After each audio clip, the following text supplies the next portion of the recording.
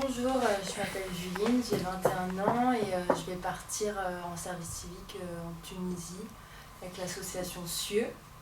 Et donc j'ai choisi un article parlant de l'antisémitiste. Donc c'est un article du Figaro datant du 9 janvier 2023, donc c'était hier. C'est un article écrit par Noémie Alioua parlant d'une attaque terroriste qui s'appelle nommée l'Hypercacher. Donc le criminel c'est Hamedi Koulibaly, donc, qui a fait un attentat dans une boucherie cachère. Voilà, donc c'était juste pour tuer des juifs et en disant qu'il détestait les juifs et en plus qu'ils étaient français. Donc voilà, et la morale de l'histoire c'est que les juifs ont été persécutés durant toute l'histoire par beaucoup de pays, et voilà, et qu'ils sont toujours là et qu'ils sont autant nombreux qu'avant la Shoah. Et donc voilà, et que c'est les victimes de l'histoire mais aussi les héros.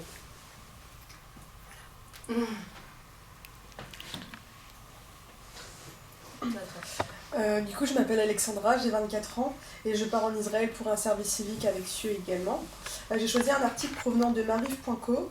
En datant du mois dernier, il est intitulé « Les sentiments religieux sont devenus la couverture acceptée de tout phénomène malade de racisme ». En fait, il traite de la modification de la loi anti-discrimination en Israël en faveur des ultra-orthodoxes afin qu'ils puissent organiser des événements spécifiques et exclusifs. Mais suite à cette modification, le journaliste Ben Caspi craint que cet alibi soit une porte ouverte pour accepter les discriminations, le racisme et autres dérives haineuses, par exemple comme le fait qu'un hôtel puisse maintenant refuser de louer une chambre à un couple homosexuel ou une autre minorité si cela contredit ses croyances religieuses. Moi je m'appelle Erel, j'ai 23 ans, je suis partie en Tunisie pour un service civique. J'ai choisi un article du journal Leader sur l'égalité des genres, ce qui rapporte les comptes rendus d'un séminaire pour présenter les résultats de l'enquête internationale sur les hommes et l'égalité femmes-hommes, réalisée par l'Agence des Nations Unies pour la femme en Égypte, au Liban, au Maroc, en Palestine, en Jordanie et en Tunisie, donc, qui a eu lieu à la Cité des Sciences à Tunis ce lundi 21 novembre 2022. Et il y a quelques différences qui sont notables entre les avis des hommes et des femmes à interroger pour cette enquête, notamment que seulement 25% des hommes et contre 40% des femmes soutiennent la promulgation d'une loi sur l'égalité de succession entre hommes et femmes, ou qu'une participante sur 5 a déclaré avoir été victime de violences dans le lieu public, ce qui n'est pas forcément le cas des participants. Voilà, donc c'est aussi la perception de la famille tunisienne sur l'ensemble des questions de l'égalité et la présence des femmes dans la vie sociale et économique. Il n'y a pas forcément de reconnaissance de l'égalité entre les femmes et les hommes et justification de la violence à l'égard des femmes, malgré l'évolution de la société tunisienne. Donc il conclut sur le fait qu'il serait pas mal de partager et de diffuser davantage de culture, de sensibilisation et d'ouverture à l'autre en partant des établissements d'enseignement et intervenant les centres de décision.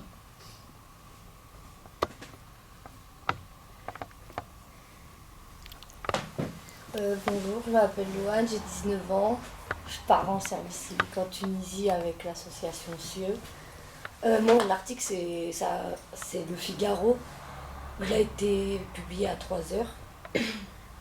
Et ça parle d'un brigadier de police qui a dénoncé le tribunal de Paris d'avoir étouffé des maltraitances et avoir eu des propos racistes sur des détenus.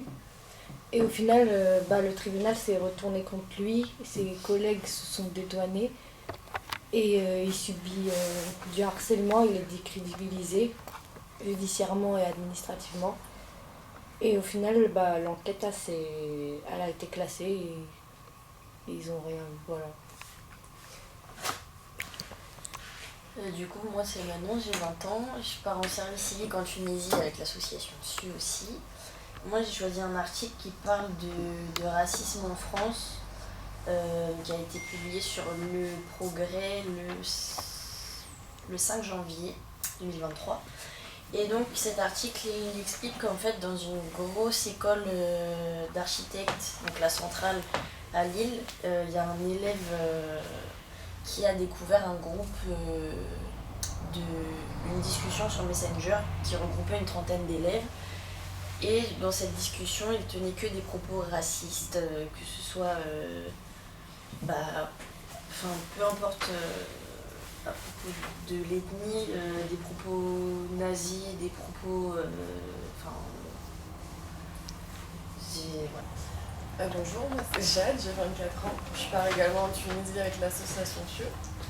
Moi je suis tombée sur un article d'un journal tunisien sur une pièce de théâtre homosexuel qui a été mise en place par la réalisatrice Assia Jabiri. Et en fait c'est une pièce de théâtre, dans l'article il raconte que c'est surtout pour montrer que le conflit lié à l'identité et l'orientation sexuelle, elle perdure depuis plusieurs générations, que les conditions de vie des homosexuels dans le pays sont mal vues et qu'il y a une interdiction légale. Donc c'est pour aussi sensibiliser et tenter de changer les mentalités sur la question, sur les discriminations, et pourquoi pas aussi annuler la loi en place dans le pays. Et surtout essayer de soutenir le divertissement gay dans le pays tunisien. Je m'appelle Léa, j'ai 22 ans, je pars en mission en Tunisie avec l'association SU également. Moi j'ai choisi l'antisémitisme. L'article vient du site tribunejuive.info et il a été rédigé hier. Ça parle d'un jeune de cité qui porte un maillot avec écrit Mohamed Merah derrière, qui est donc le terroriste qui a tué plusieurs enfants dans une école juive. Et du coup ça a été diffusé sur les réseaux sociaux et beaucoup de personnes ont porté plainte pour dire que c'est pas correct envers les juifs. Bonjour, je m'appelle Eric Julie et j'ai 23 ans. Je pars aussi en service civique en Tunisie avec l'association SIEU. J'ai choisi un article qui tourne aussi autour de l'hypercachère, mais c'est un peu plus précis dans le sens où c'est un article autour d'un hommage qui a été fait récemment à Yohan Cohen, une des victimes de l'attentat de l'hypercachère. Et j'ai trouvé cet article intéressant parce qu'il mettait il mettait beaucoup en avant qui était Yohan Cohen, et je trouve ça aussi intéressant de montrer l'aspect humain derrière toutes ces tragédies qu'on peut lire aux infos.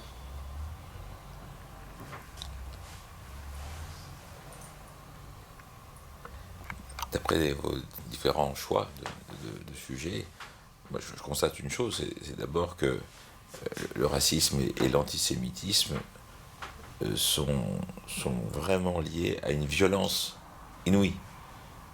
C'est-à-dire que c'est pas un racisme ou un antisémitisme sociétal, culturel, mondain. Hein. Non, c'est vraiment une idéologie qui a pour but de tuer, d'exterminer, et c'est plus que de la discrimination. Enfin, j'ai ce sentiment-là qu'on parle de discrimination raciste, antisémite, mais là, en l'occurrence, pour ce qui est du racisme et de l'antisémitisme, je trouve que c'est plus que de la discrimination, c'est vraiment un appel au meurtre, au crime. Je ne sais pas ce que vous en pensez, mais... On a pu le voir au fil des ans aussi, il y a plusieurs événements qui se sont passés, surtout en France. C'est vrai qu'à chaque fois, c'est à but soit antisémite, soit raciste, effectivement. On l'a vu avec les frères Koulibaly aussi. C'est des événements qui ont, je pense, choqué la France, mais aussi peut-être le monde entier. Mais c'est pas que en France, c'est aussi dans le monde entier. Donc, c'est quelque chose qui perdure et qui continue, donc comment arrêter ça, c'est compliqué. Et en vous entendant, je faisais le parallèle avec les discriminations LGBT, qui elles sont des discriminations en tant que telles, mais je n'ai pas lu dans les articles que vous avez retenus, que ce soit en Tunisie, en France ou en Israël, d'appel au meurtre, d'appel au crime.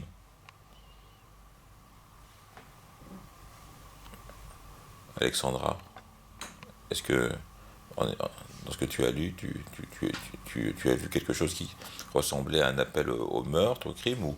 Dans l'article que j'avais, c'était surtout du rejet. Du rejet, c'est ça. Voilà. Moi j'ai de la violence personnellement quand même en Tunisie, il y a quand même des violences dans la rue, au travail, dans la famille. C'est ça, oui. Contre les femmes, oui. Les hommes surtout. Les hommes contre les femmes.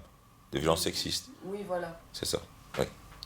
Mais concernant les discriminations LGBT, là, c'est vraiment ce qu'on appelle de la haine, plus exactement. C'est pas des appels vraiment au meurtre, mais c'est vraiment une haine qui finira de toute façon, tôt ou tard, très certainement, par être un crime. Parce que toute violence verbale finit à un moment donné par un acte